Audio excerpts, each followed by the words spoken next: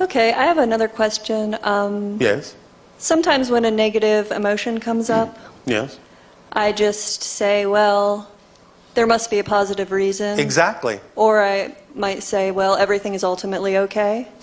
Yes, but that doesn't mean you should ignore it or gloss it over, because it is there for a reason. And the primary reason that you might experience what you're calling a negative emotion is to find out the negative definition that's giving rise to it.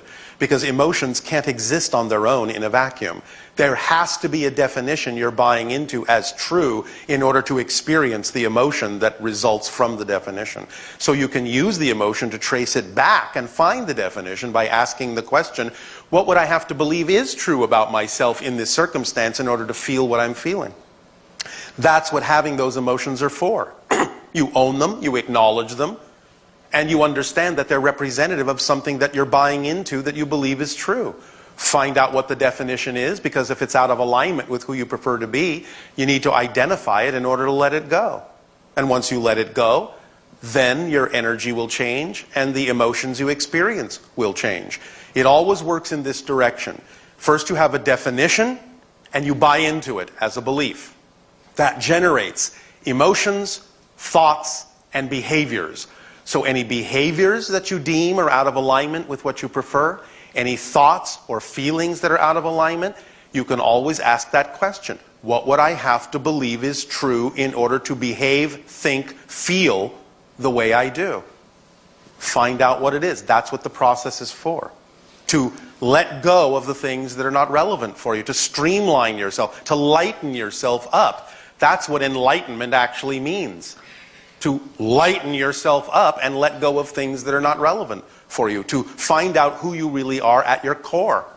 What's your essential self? Know thyself. That's the mantra.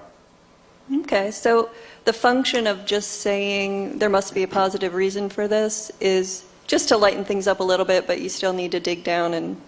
You still need to know what the reason is. Otherwise, if you're unaware of it, how are you going to let something go that you don't know what it is?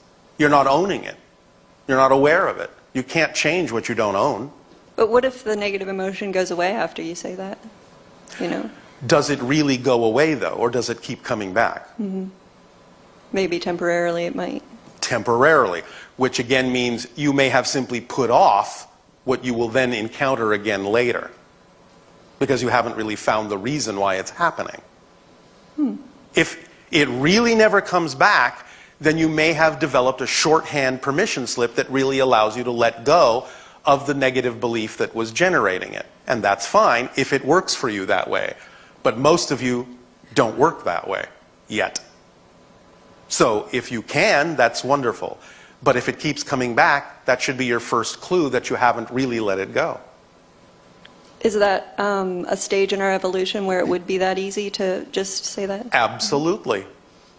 Because you realize that you are the ultimate permission slip and you're making the changes anyway, so you don't then need any other artificial reflection or symbol in order to give yourself permission to let it go.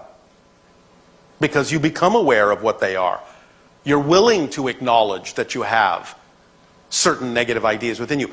Please do remember that as you expand your consciousness, you may not experience as much negativity, but you don't become less aware of negativity, you become more aware of negativity, because you become more aware of everything in creation which has negative and positive and neutral. It's a trinity.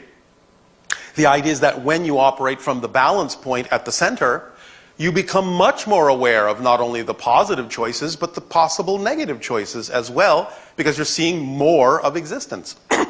So it's about choosing what you prefer without invalidating what you don't, because what you don't prefer is just as valid in its own terms as what you do prefer, but you don't have to experience the effect of what you don't prefer as long as you realize that you're not invalidating it. Because invalidating it and putting a negative judgment on it is just adding to the negative energy. Because you're saying it has no value. That's negative. To say that a negative experience has no value is itself amplifying the negative energy. To recognize it has value gives you the opportunity to use it in the way you prefer positively and get the benefit from it by knowing it has to be there for a reason. But sometimes you may need to know what that reason is, what the actual definition is that generated that particular feeling. Yes? Yes. Does that help? Yes, it helps. Well, thank you. Thank you.